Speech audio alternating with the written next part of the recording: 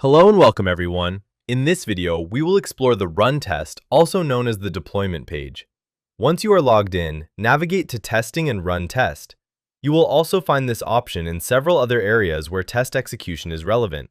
On the left-hand side, you'll select the test set that you want to execute. Let's go ahead and choose one.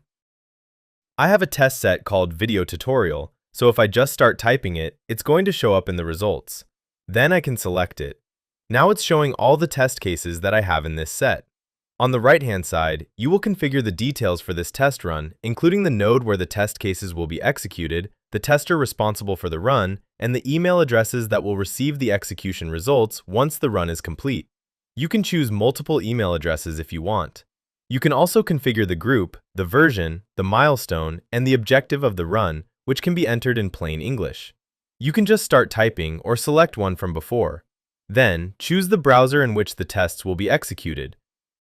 For mobile testing, specify whether the target platform is Android, iOS, or a simulator. You can also configure any external services, such as Slack or Discord, where the execution report will be posted. Additionally, you can provide any runtime parameters you wish to use. We'll cover runtime parameters in a separate tutorial. Once all of these fields have been configured, simply click Run to start the execution. If you regularly use the same configuration, you can save it as a preset so you don't have to enter the information each time.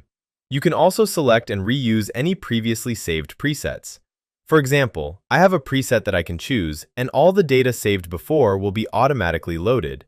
Thank you for watching, and we will see you in the next ZeuZ tutorial.